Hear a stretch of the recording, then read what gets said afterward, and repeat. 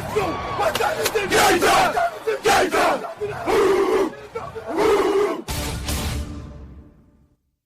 to be a football game tonight now. No doubt. It's going to be a football game here. Okay. I done been here before. All right, let's go, baby. 9.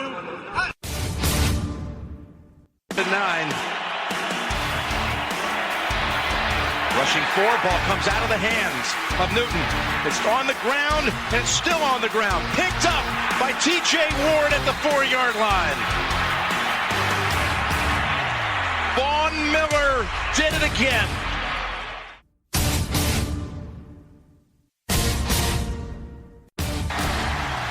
Alabama back on top of the college football world. Ladies and gentlemen, football to the max. Your host, Sean Garmer, Gary Vaughn, and Randy Isbell. All right, and now I realize this is where we probably should have done the fantasy football talk instead of the other one, but whatever, stuff happens. So we are doing an NFL News Extra here. There is quite a few things to talk about, not to mention we're done with our NFL previews, so this might be what we're doing until we get to where we're talking about NFL Game 1 on that September 8th with Carolina and Denver. But until then, of course, Gary and Randy here with me. I'm Sean Garmer, your host, and we are talking about Joey Bosa finally signing that contract, and he's getting a big contract as far as guaranteed money goes for rookies. We've got the Denver Broncos choosing a quarterback, and the Dallas Cowboys having to figure out what to do with their quarterback now after Tony Romo goes down again. And we've got a quarterback that decided to take a stand and has now gotten a lot of flack one way or the other, and it's been raising the ire of everyone, including one Randy Isbell here who will want to be talking about it, but we're going to have to make him wait. So, we got to make you wait for what could be a very explosive or perhaps just a nice conversation, whichever one we get here. Let's start with the thing that happened today with the Chargers. Joey Bosa signs a 4-year contract, $25.8 million with a $17 million guaranteed. Part of that, I think he gets if I'm not mistaken, anywhere from 14 to 15 million this first in 16. I don't know how it works. He gets at least a chunk of it next year, and then the last year or the third year, he gets about $2 million of that. So they were able to offset some of it, which is what they Chargers were trying to do. How do you feel? I mean, it's about time, right? I'm tired of talking about this. I'm tired of having to hear about this in the news. Yeah, exactly as you said it. It's just a news story that had gotten old quickly. I wasn't 100% sure which side I was on in this. I think both sides were a little childish in the matter. But in the end, they just kind of went, okay, this has to get done. We're both tired of it. Luckily for the Chargers, the season's kind of a loss anyways, so even if he has a slow start or gets injured, which we see so many times with holdouts that they're not ready to go and they pull a hamstring or something in the season, that it's not like they're Super Bowl contenders right now. But now they got their star defensive player, and we'll see what kind of fit he is for the Chargers when they move to Los Angeles. Oh boy, we're about to start a war here with one of our listeners that also guests on the podcast sometimes. She gets on me, and that's Randy saying all that. So no, that was Gary. Gary said that. But no, I'm not going to talk about the team, what they're going to do this year, but I will talk about what Joey Bosa is going to do, and that's a big, probably nothing. I just don't believe in this guy. I think he's talk. I think that his college success was hey, you got to give him credit for what he did in college. But what concerns me is when guys come into the league thinking they deserve the money immediately, when they think they deserve a lot of things before even getting their feet dirty. I have concerns about their attitude. I have concerns about the work ethic, and he wasn't interested in getting into work. He was interested in looking at his bank account until money was deposited. So that concerns me a lot. There's a lot of rookies in this league right now that have actually came into the league, probably deserve more money than they got, but they're getting into the trenches and they're getting their game on, and they're proving to their team that, hey, you better pay me or I will be playing for your rival. And that's the way they're getting paid. He's getting paid right now. Maybe he knows he's not going to do anything in this league, and maybe he's thinking, I've only got this chance to get the check now. I don't know. So that's a hot sports opinion right now. Maybe he's going to go and get 52 sacks this year, and I'll look stupid. I don't care. I don't like the attitude of Joey Bosa. I think he kind of tried to hold the San Diego Chargers up. San Diego Chargers were, being stingy. They've got to be stingy. They are working on everything in the world to get this team to stay together, to get more talent, and they just could not afford to pay him what he wanted. So I'm glad it's over. I'm glad he's signed. I want to see him on the field now. I want to see what he can do, and he put himself at a big disadvantage now. No training camp. Really no preseason. This guy's coming in on a step backwards. He's not good enough to get into this league game one and do anything. If he was a guy that like J.J. Watt, maybe we could talk about that, but he's not J.J. Watt. Yeah, I mean, can you really blame the Chargers, though, for wanting to offset a lot of the signing bonus to next year? I mean, U-Haul trucks are very expensive. Oh, man. God.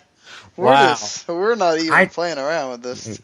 You earned them. I am in a mood. That's okay. For me personally, I want San Diego to stay. So I am praying to God they go into this season and they do some good things. And the San Diego City Council's like, you know what? Screw it. I don't care what people think. We got to keep this team. We won a championship. I do not want to see them in Los Angeles. Well, with the Raiders applying for trademarks for Las Vegas, I think I really want to see San Diego stay because they don't need to. They need to at least have a team in that southern part of California. That's not San Francisco. So, I think keeping San Diego where they are, and if the Raiders are going to move, and we already had the Rams going back to Los Angeles, I think them staying would be much better than them moving to Los Angeles, and then you only have the 49ers down in that southern part of the area. So for me, I hope they stay, but we'll see what happens. Joey Bosa, this thing has gotten way out of control. Look, honestly, I get it. He wants his money. Again, you're only guaranteed so much playing time in your life. You don't know if tomorrow you get hurt and you don't play, and I can understand that. Like, I'm not trying to say that he's wrong. I'm just, look, you're a rookie. At the end of the day, until you really prove yourself in the NFL, do you really can you really sit there and go and command all that? I mean, I get that they have you for 4 or 5 years or whatever it is, and that in that 4 or 5 years, it's going to be hard to try to ask for an extension. You have to play like that for at least 2 years or something before they even think about it. So the guy's being smart and trying to get his money before he starts playing, so that if for some reason he doesn't pan out, at least he got some money, and just be smart with it and everything. But I feel bad for the Chargers fans, and the Chargers team is being stupid too, trying to offset stuff like that. Like, I get it, they've sort of been upfront about it, but they're trying to be sneaky. The Bosa's trying to be sneaky, so finally they got it done. Now we can be done talking about it. The Denver Broncos made a decision after it didn't seem like it was ever really up in the air after a while, because Siemian started really outperforming Sanchez, and so Trevor Siemian is the starting quarterback for the Denver Broncos. Yeah, Trevor Siemian, out of Northwestern. I can't believe I said somebody else was from Northwestern on the Fantasy Podcast, but it happens. But it's really an interesting situation. Having a young quarterback who has played one NFL play in his career, that play being a kneel down, taking over the reins of a defending Super Bowl champions team who previously was led by a quarterback who has so many career records in the NFL. It's going to be an interesting transition. Now, is this going to cripple the Broncos? I don't think so. I'm still a little worried, but we've seen teams do this in the past where the quarterback that they chose was basically the one that they feel is going to make the least amount of mistakes. They're going to keep the offense pretty simple. They're not going to allow himself to get into any kind of trouble. They're going to allow the running game and the defense to propel this team to victories, and Siemian will be along for the ride, making a play here and there, but his main goal is not turn the ball over and not put his team in a bad situation. Will this propel them to the playoffs? I still don't think so. But when that is your strategy and Sanchez has shown that he has just kind of fallen off that cliff and has continued to make mistakes, I want to say he had 3 or 4 turnovers this preseason alone already in just the 2 games that he played. I think Siemian is the right choice. Yeah, I mean, just by watching him in preseason a little bit, he looked really comfortable in the pocket at times. I think he made some good decisions, and you just got to really go by what you see. And right now, that's our best example. So, I think that they made a decent choice here. I'm like Randy. I'm not willing to say that these guys are going to just overcome, having to deal with a new quarterback in this system and just succeed. I think that it will be a problem when it comes to playoff time. But at the end of the day, I mean, I think he was a better choice over Sanchez. Yeah, me too. I think Sanchez just obviously he wasn't showing them what they wanted to see. Siemian was better. He has a better grasp of the offense. He's been there longer. And Sanchez, he's prone to fumbles and interceptions, and you don't want a guy that's making mistakes, so that's how it's going to hurt your team. If you rely on that defense and just have Siemian be a game manager or whatever you want to do, run the ball, you can sort of get through games. But if you're having to hope that your quarterback doesn't make mistakes, even if Sanchez is a more experienced guy, that's an issue that you already have to face, and you have to worry about that, even on defense. That how long are you going to get to actually sit out there and have to continually go back on defense because you don't get to keep going forward offensively. So, and listen, only one of these 2 quarterbacks has a Super Bowl ring. They picked the one with the Super Bowl ring. Yeah, true. Yep, you're right. So we move on from these quarterbacks to a team that now faces a quarterback quandary. In Tony Romo going down, anywhere from 4 to 10 weeks is the timetable on a broken or fractured L1 vertebrae, compression, whatever the hell you want to call it, depending on who you read. The case is Tony Romo was at least out for that first game.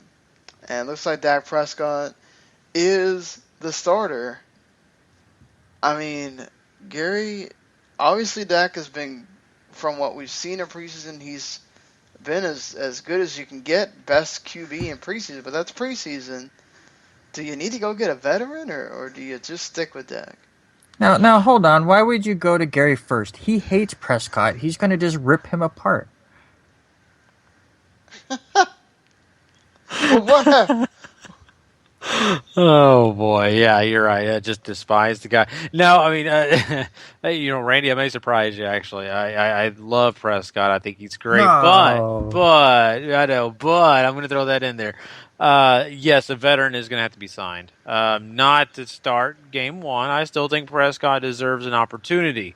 You've got a lot of ifs, buts, and whats anyway on this team, so why not go ahead and go with another one, right?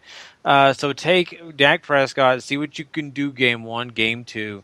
If he shows that, hey, he's obviously a rookie, he's not going to be able to handle this, and you really feel like you need to, you can have that veteran in the system at least by those 2 games, learning it, getting it figured out, and then getting in there and taking over till Romo is able to get back and see what he can do. But, I mean, I still do believe in Dak. I'm not saying I don't believe in Dak. I think Dak could get the job done, at least do a decent job. But, yes, I do think it's essential you get a veteran quarterback in here just in case. You never know. Dak Prescott may play game 1, and then maybe second series, get injured, and then there you go. You got to have somebody in there, right? And you're not going to. You trust Jamil Showers, who was playing safety last year. He was playing safety for this team. So I think that you're going to have to get somebody in here. I don't want to. Denver has a quarterback available. Yeah, no. Dallas already said he's too expensive. So no, which I agree. Do not go get Sanchez, please. Yeah. I'd rather like Josh McCown or I don't want Michael Vick either. That's not better. Prescott, you might as well just keep Prescott out there. Jets are going to have a quarterback available, I think, soon. Yeah, I wonder which one. Probably no, probably. I'm assuming. I'd rather not take Geno either. Oh, but come on, he wore a hat that said no friends or 0 friends. I think it was what it was. So he just needs some friends. Yeah, I need some love. Randy, I'm gonna ask you this question. Let's say that Romo has to miss some time. Let's say he misses 3 or 4 games or whatever, and Dak plays well. Is that time when maybe you pull a Tony Romo on Tony Romo and you have to leave Dak in there? See, that's a tough question. I think he is going to miss multiple weeks. He's only going to miss 1 week, maybe. I think just a smokescreen. I mean, remember the reports that came out right after the injury that Romo said he could go back in and play, and if it was a game that mattered, and oh wait, actually something was broken. Never mind, he couldn't. I think they're optimistic that he could come back. I think Romo says he can come back far sooner because he is a little worried about Dak Prescott taking over that job. I'm still not a believer in Prescott. I know his numbers in preseason have been amazing, but as Sean said, preseason is a whole different animal. The defenses aren't, doing crazy exotic blitzes and trying to completely trick you. And they are just trying to get footage on him right now and haven't kind of figured out his tendencies and where to really attack him. Once they get the book on him, then we were going to see exactly who the real Prescott is. If he does go out there, say in the first 4 games and goes like a 3-1, and a lot of those games are because of him, when Romo comes back, it's going to be that big decision. However, because it is so early in the season, I think Dallas does go back to Romo and go from there. Just because at that point you can still get that momentum rolling going into a hopeful postseason run. If it's later in the season, kind of what we saw with the Patriots and Tom Brady and Drew Bledsoe, by the time Bledsoe was able to come back, it was already in the playoffs, and the team was more used to Brady in that year. They had Bledsoe come back in one of the playoff games. He ended up leaving and having Brady come back. So it's an interesting situation. I do think Prescott will perform better than Castle and Whedon and Moore did last season. I think if, say, he played the first 12 games, they're not going to be 1-11. I think I said in our preview they would go 7-9 with either of the quarterbacks. So it's going to be an interesting choice, but I think they would go back to Romo. Gary, when is it that time where you say, look, Tony, you've been getting hurt a lot. You're 36. It might be time to start thinking about something else. You know what? I think that time is getting closer and closer, and I think the next injury is that time. I really do. I think let's just take, for example, it comes back in week 5, and Dak Prescott's gone 2-2, and they feel like, well, Romo can get us more wins. He gets in there, and one hit takes him down. Oh, sorry, he can't come back into the game. Oh, he's got to miss 2 more weeks because of something. I think that's the point where you got to pull the trigger and say, sorry, you're a backup quarterback now. You can't do it. It's obvious you can't stay healthy. We've seen this with quarterbacks over history, and that's the time.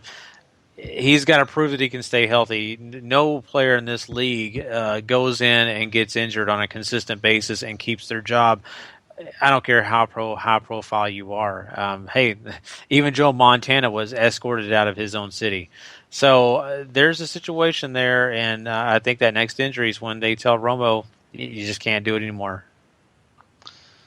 It's a very hard thing, obviously, and I hate saying that because Romo has done a lot for the team. He's broken so many records. Yeah, they won one playoff game with him, and just it's not all about that though. It's what he's done for the team to kind of lift them out of the ashes of being nothing to at least being contenders. And then the year where he didn't play, they sucked.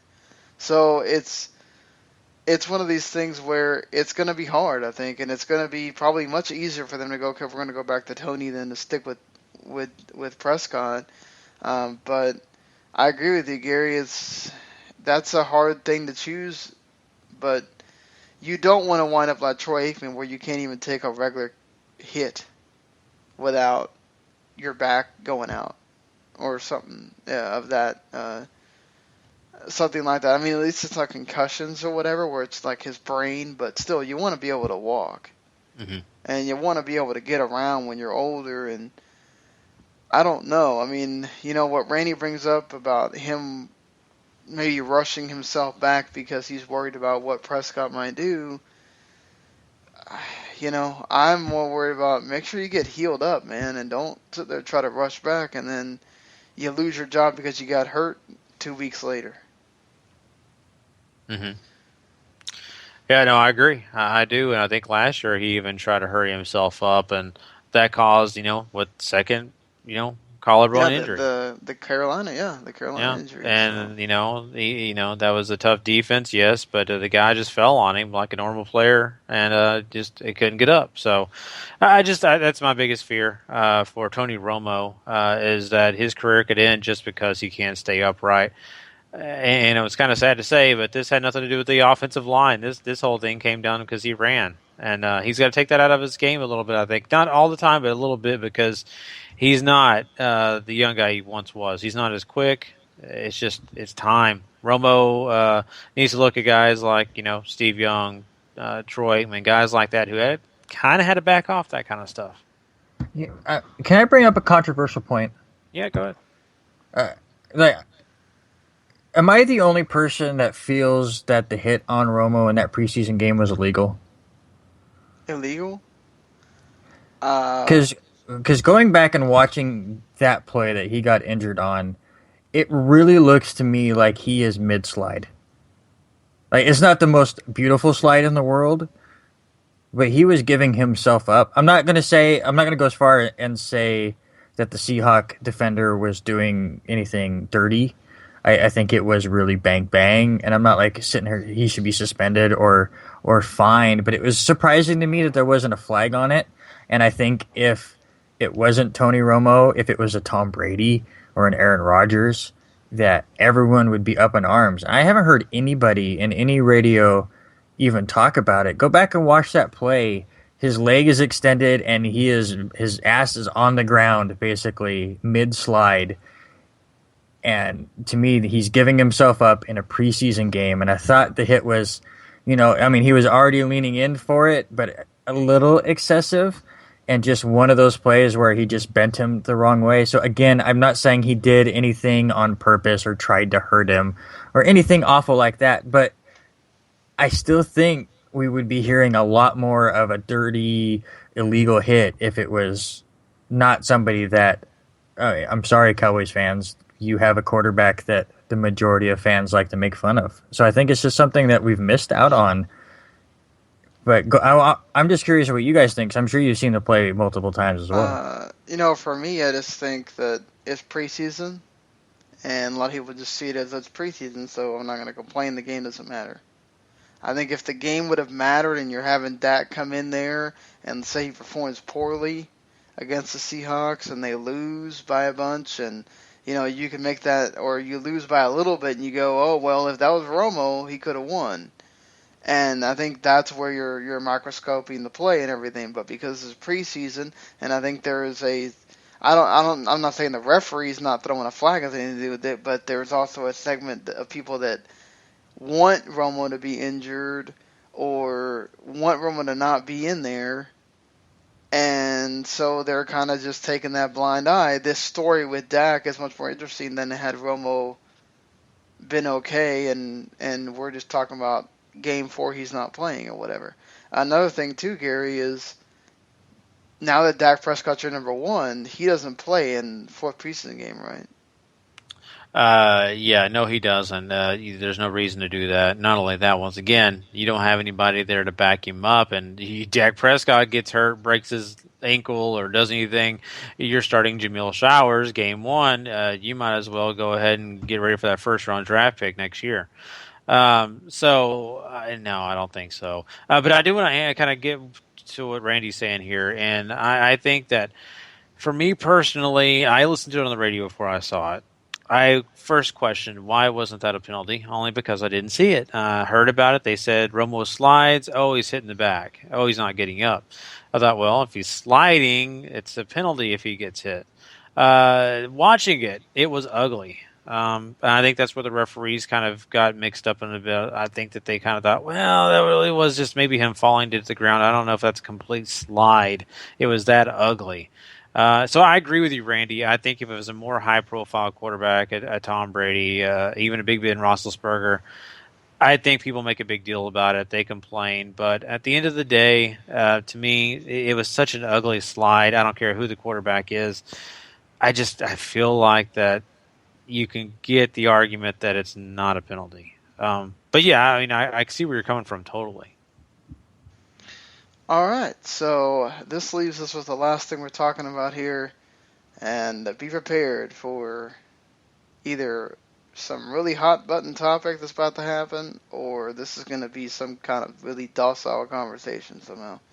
So Colin Kaepernick decides to sit during the national anthem, and then later says that he does not want to support a country that oppresses minorities, black people, whatever. Then this has gotten into a big old stink online and social media, in the press everywhere, from military to civilians to social justice warriors to whatever, about their different takes on what this means and what side they're on and whatever. So Randy, what side are you on, and how do you feel about this deal with Colin Kaepernick? Okay, so first off, Colin was just practicing sitting on the bench. He just picked a bad time to do it. Everyone freaked out. He actually might get released. So and listen, if he does get released, it has nothing to do with what happened. You don't know that, actually. You have no idea. Listen, that PR is not good for you right now. But releasing him is going to create even worse PR. Because, yes, there are Colin Kaepernick haters, but there are going to be a huge outrage if you cut Colin Kaepernick right now. Not for fans of the team. Well, think about, me and Sean do a wrestling podcast. Think about Darren Young. WB would never just upright and release Darren Young without having some reasons behind it, because he's a gay person, and they don't want that press. All Colin Kaepernick was use his First Amendment right. And, yes, you don't have to agree with it. You can be upset about it. I don't agree with the way he did it. First off, I stand for the national anthem. I think it is a sign of respect.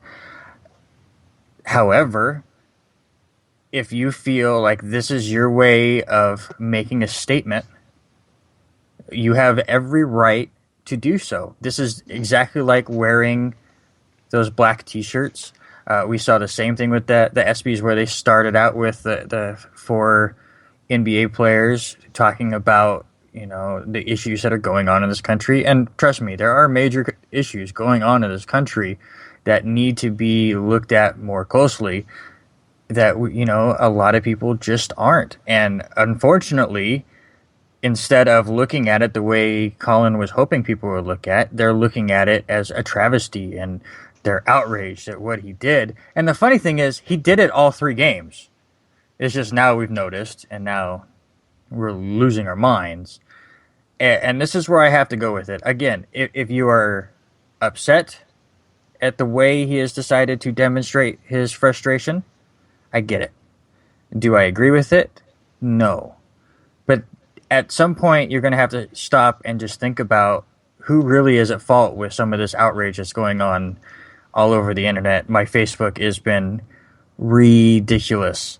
For everyone out there saying that If Colin Kaepernick thinks that there is so much trouble going on in his country, he should leave it. Really? Just because he has an issue with this country, he should leave it? How about we fix the issue? So anyone that had problems with slavery over the years, they should have just left. We should still have slavery here, right? Because everyone that had a problem with it should have just left the country. Same thing with women voters. If you didn't think, or if you thought women should vote, you should have went to a different country. No, you stand up, you fight for what you think is right, and you make changes. That's what we do as a country. We try to become stronger and grow. Now, again, I don't agree with the way he did it, and it's kind of turned into an attack on him instead of the issue at hand. But it's stuff like that that drives me absolutely nuts. And the other thing that drives me even crazier is the people that even bring up the fact that he was adopted by a white family. What does that have to do with anything?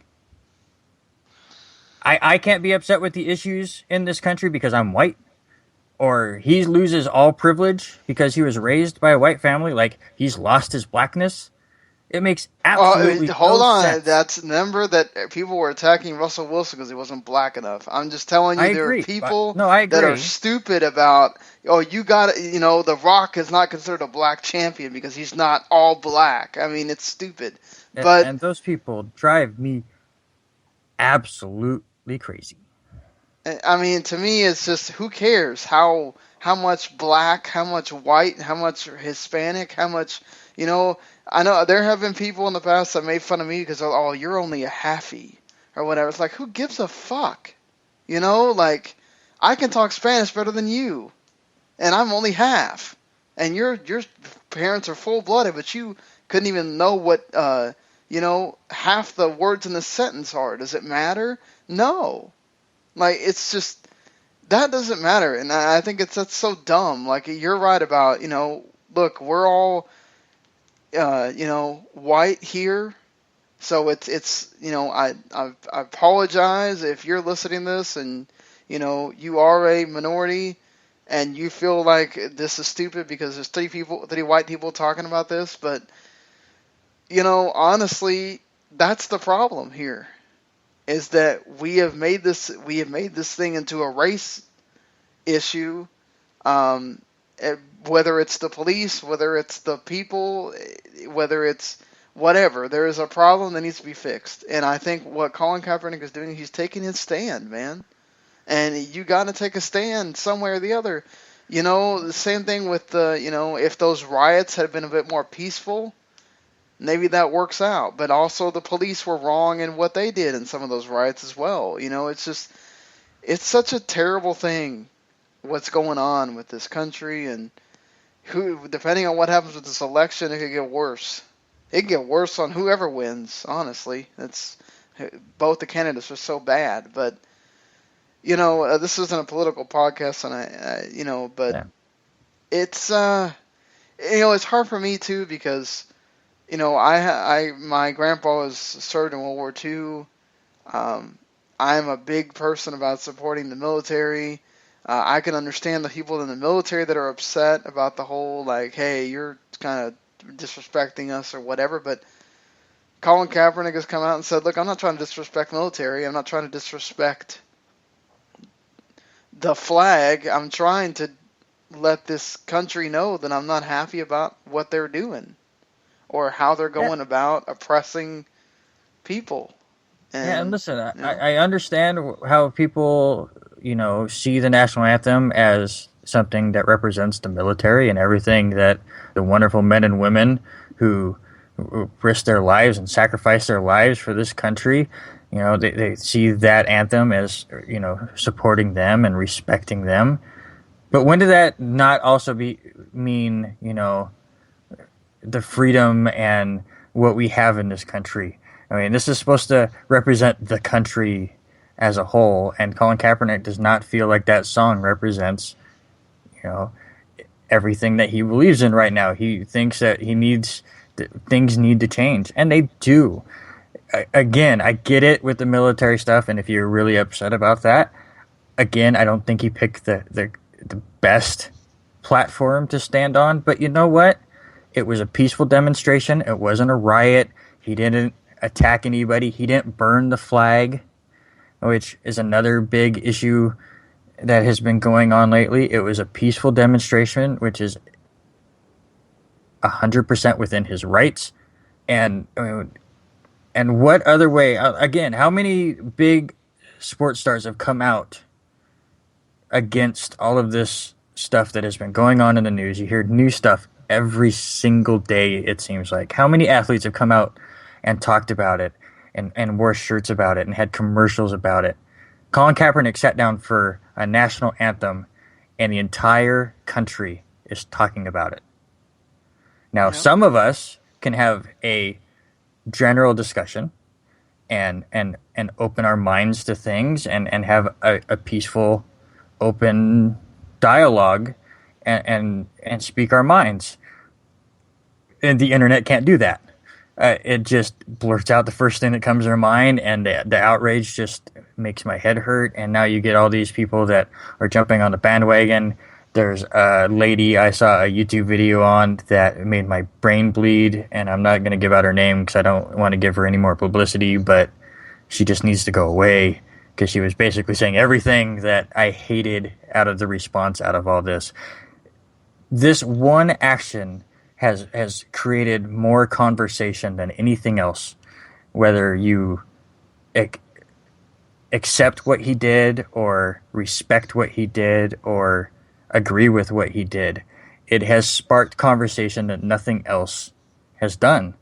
Now, he needs to do something to further this. It just can't be to sit there and do nothing.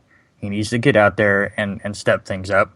But Gary, I'll bring to you and get your thoughts on this as well. There's something he said in his interview the next day or 2 days later or whatever, which a lot of people are ignoring his interview with the media after, where it really explained why he did it.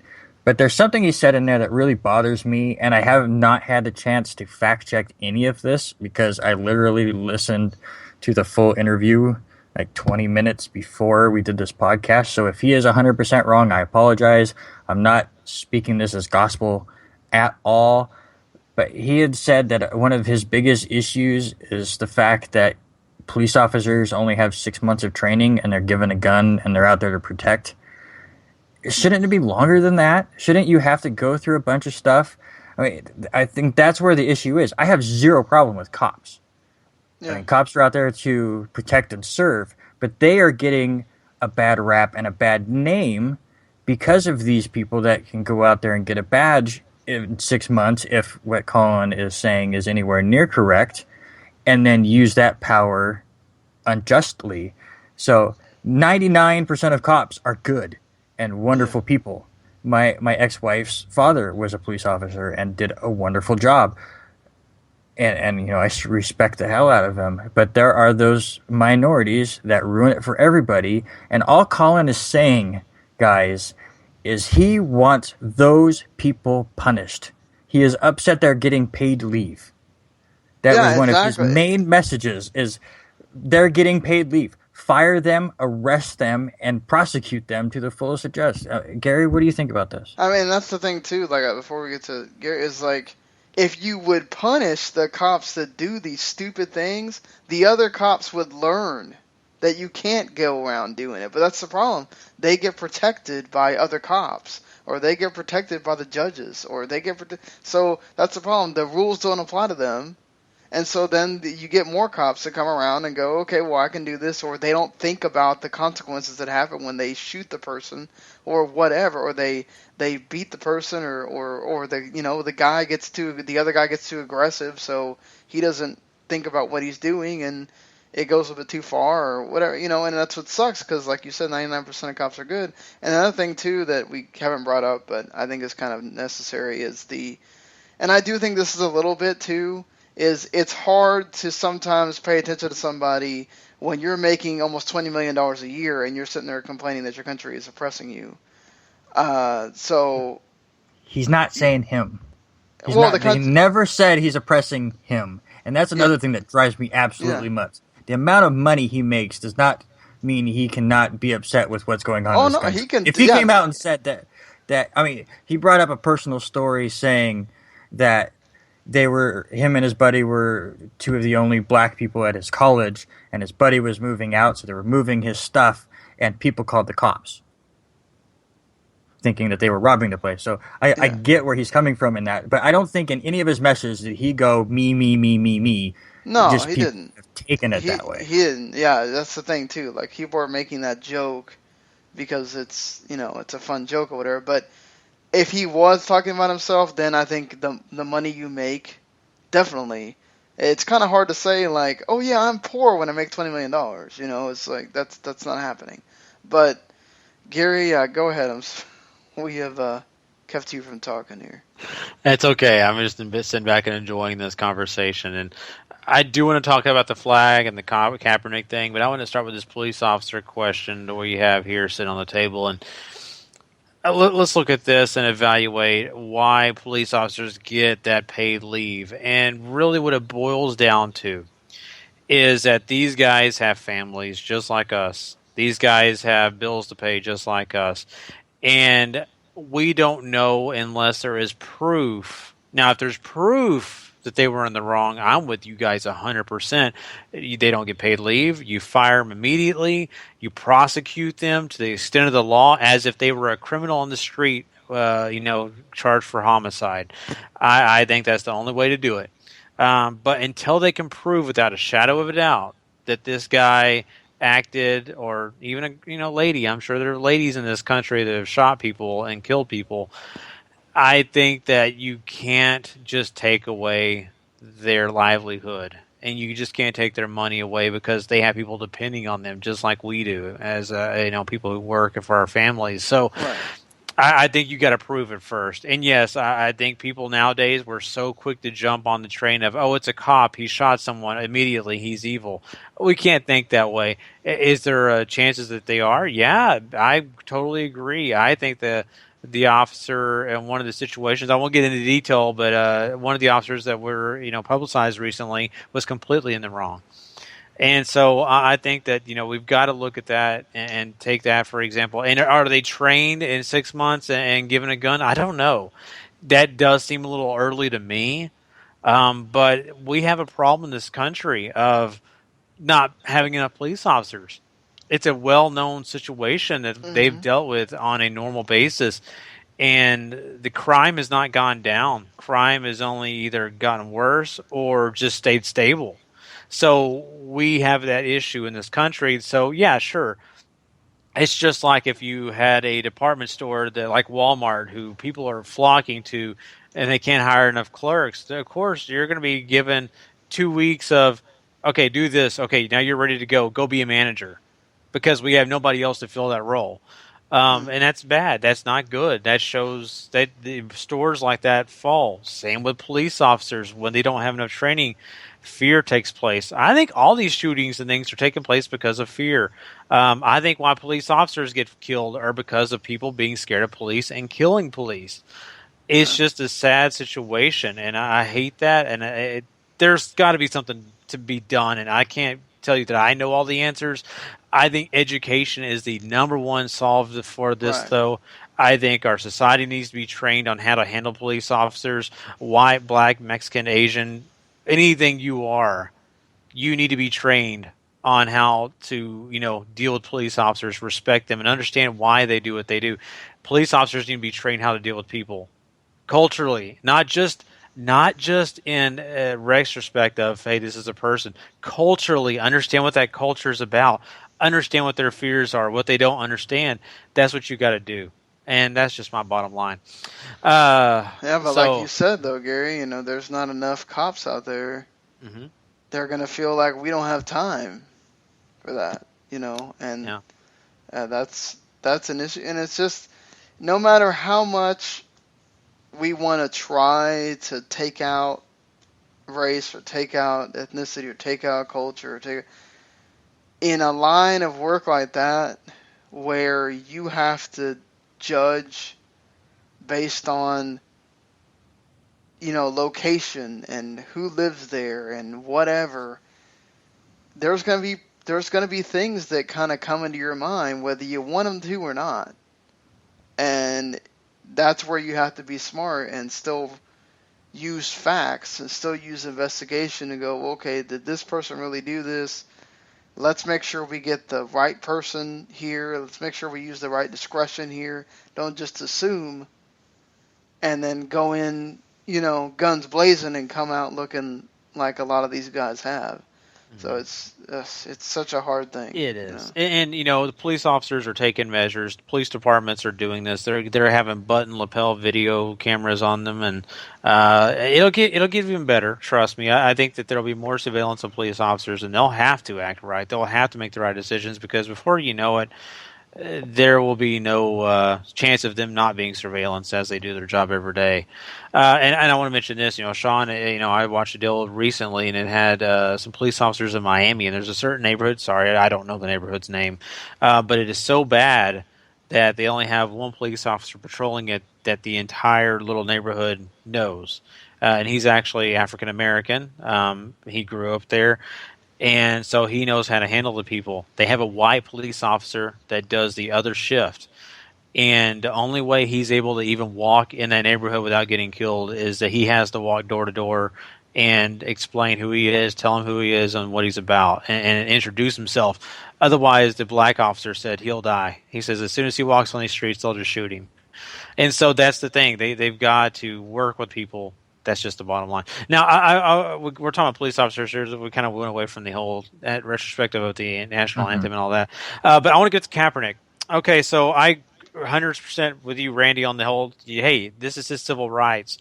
I think he has every right to do it. Do I agree with it? No, I as well don't agree with it. I am very selective on things like this. I think everybody is.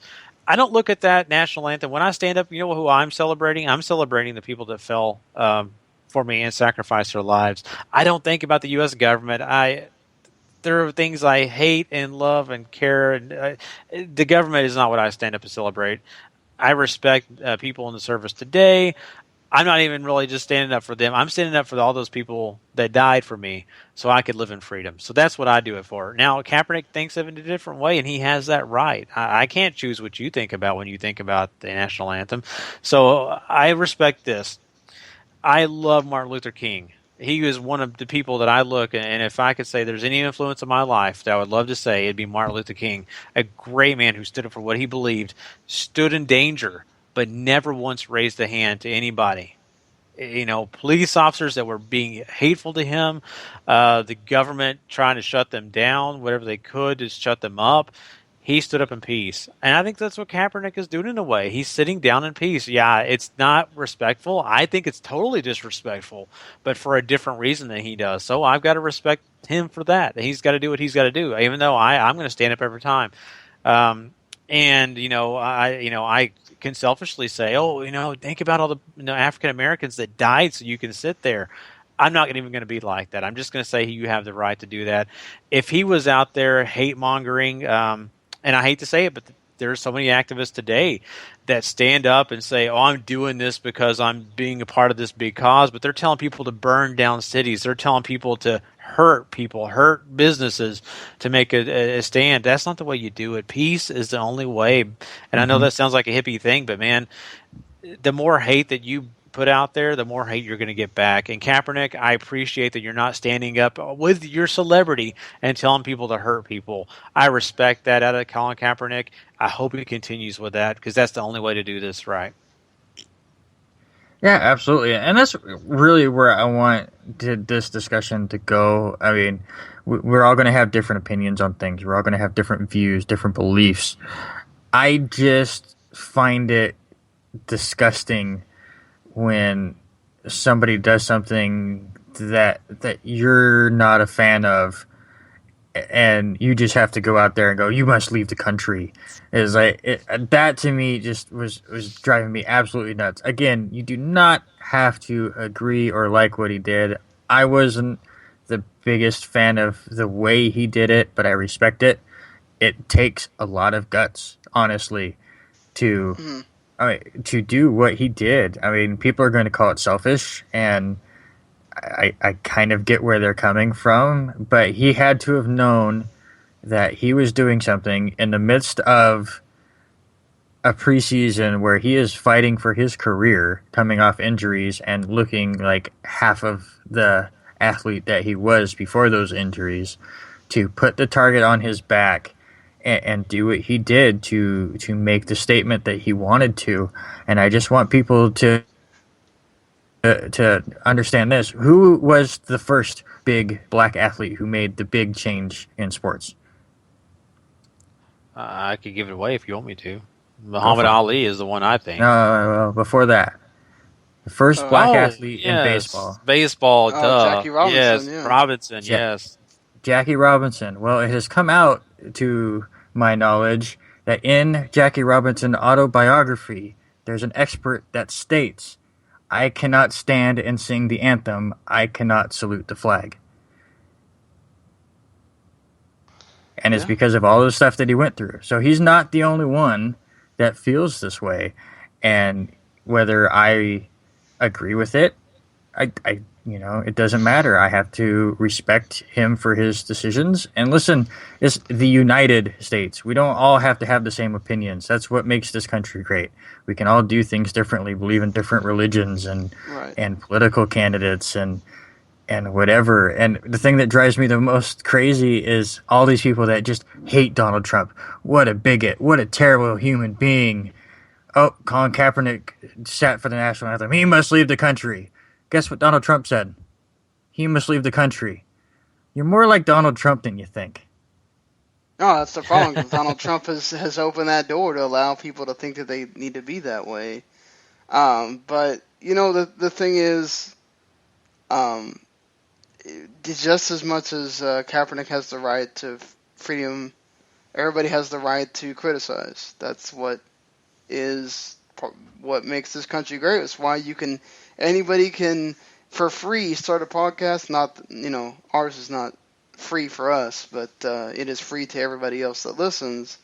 You can start a podcast for pretty much nothing and come on and do what we're doing, and you have a free platform to do that. As far as the country is not going to stop you from, as long as you don't make some kind of terroristic threat or whatever. Mm-hmm.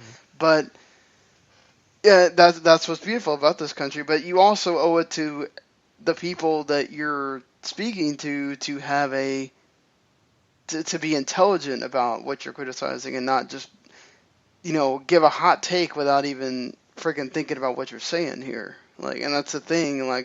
People just want to be angry, and they want to be whatever, and you don't think about what you're saying until you get into some heated comment battle, or you just have to find out on your own that you just, look, there's other ways to go about it, and we all make rash decisions at times. We all make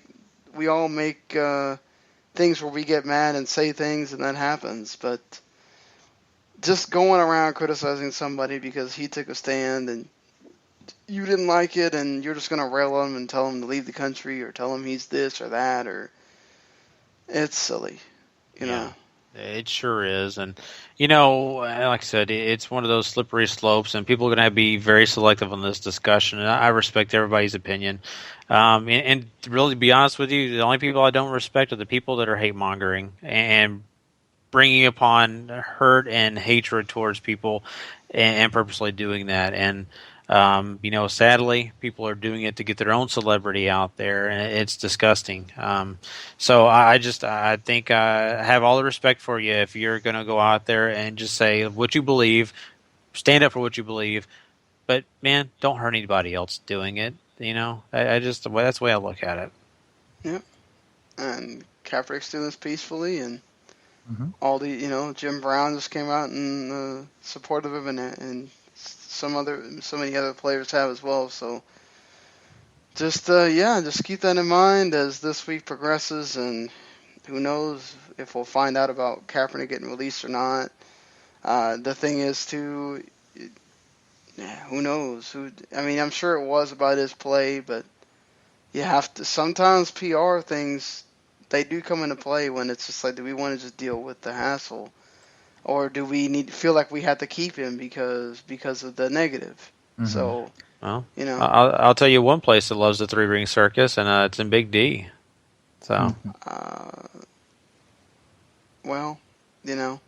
maybe if he gets a change of scenery and he's in a different coaching staff. He'll have more confidence about himself. Who knows? You know? Well, then you can see him sit for the national anthem on the big screen. Yep, there you go. There you go. And I just want to say one last thing before we end. I know this segment's run a little long, but I just pray, though I know it's not going to go the way I hope, that I know a lot of people are going to see what Colin Kaepernick did and want to sit with him, to continue the message that he is trying to portray. And there are going to be people that sit in stadiums to the national anthem. Let them do their thing. You can hate it. You can completely disagree with it. You can think it's the most disrespectful thing in the world. But I do not want to see huge fights happen in stands because people are using their First Amendment right to make this statement peacefully, please. It's going to happen. I know it is. But can we just, agree to disagree and move on and not have violence be created out of this, please? Mm-hmm. And there's not a law that says you have to stand, right? Nope. No. Not one. So nope. In fact, I've seen people sit anyway. Before this whole thing came out, I've seen people sit around. I've seen people sit in stadiums before and stuff too, So, all right. Well, that's it. Hopefully you enjoyed this. Hopefully we had a conversation in which you can respond to us if you'd like. At WTMSean, at WTMGary, at Randy Isbell. Go into the WTM Network Facebook page, or I guess post it in the WTM, the Wrestling to the Max group as well if you're in there and you're listening and you want to just comment on the post, or even on our pages if you see it shared there and you listened, and just let us know. But yeah, all right. So just listen to the shows on the WTM Network. There's going to be some big news coming out pretty soon for us, for all the podcasts and everything, but we'll get to that one when it comes closer. Until then, everybody, hopefully you enjoyed that week 3 of the preseason, and you can hear Randy and Mike kind of recap it for fantasy purposes on the Fantasy Football to the Max show, and we'll be back on Friday morning with some analysis on games that happen on Thursday for college football that matter, and previewing the rest of the games for week 1. Until then, see you later, everybody. Yeah, rest in peace, Gene Wilder. Thanks for all the laughs. Certainly. Now I feel like I need to go watch Willy Wonka tomorrow. Me too.